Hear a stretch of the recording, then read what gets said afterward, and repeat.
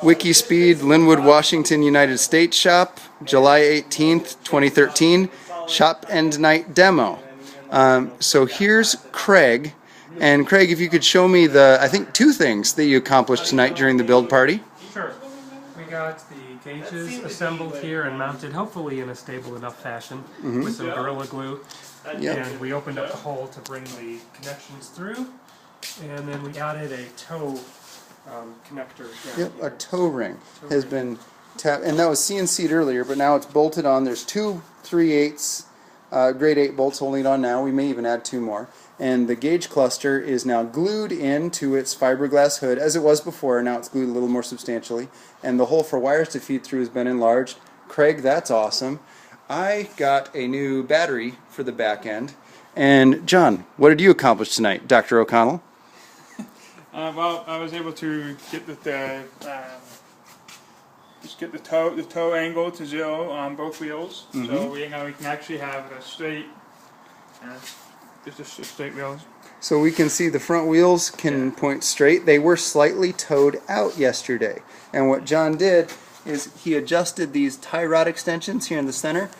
These threads, he tightened them in, and he tightened them in to shrink the length slightly on both ends. So now the wheels, this would be toe out. Now they toe neutral.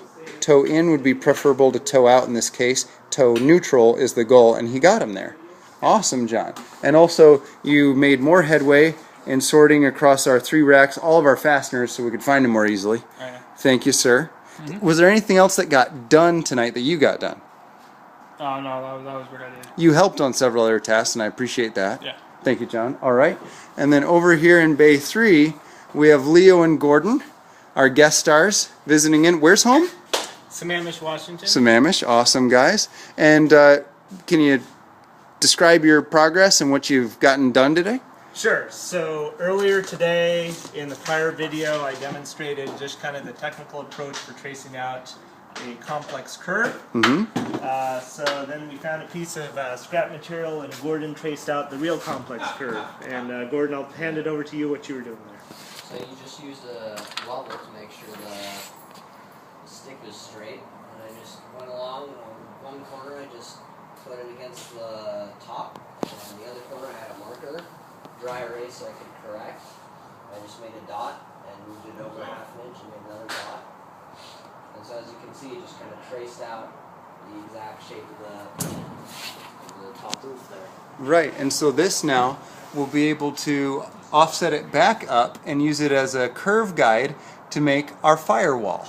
Correct. And that's how you were able to replicate this complex curve accurately, and even the tricky kind of M shape. The reverse curvature. You can see on the shoulder here. Yeah, the shoulder. Brilliant. If someone else were replicating this technique somewhere else in the world, what tip would you give them, Gordon? Using a level is an awesome one. I hadn't thought of that. What else? Dry erase marker. Yep. Taping the material to the body. Oh, and smart. Propping it up so you don't have to hold it or have it move any. And yeah, it's pretty simple. Brilliant. So that's exactly the tactic that we'll try again if we ever have to do this again. Right. I super appreciate it.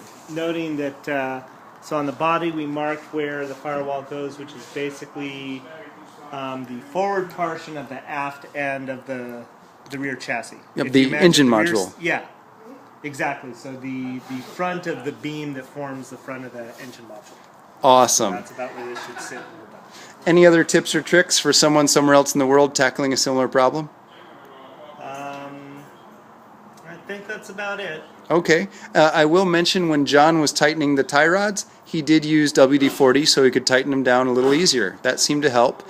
And when we were drilling to attach, when Craig and I were drilling to attach the toe ring, we used a rat tail file to help enlarge the holes we were drilling so the bolts slid in easier. So that was a tip and nice to have.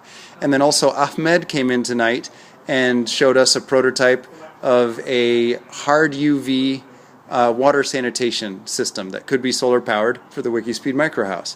And that is what was accomplished tonight. July 18th, 2013 in Lynnwood, Washington, U.S. Thanks, guys.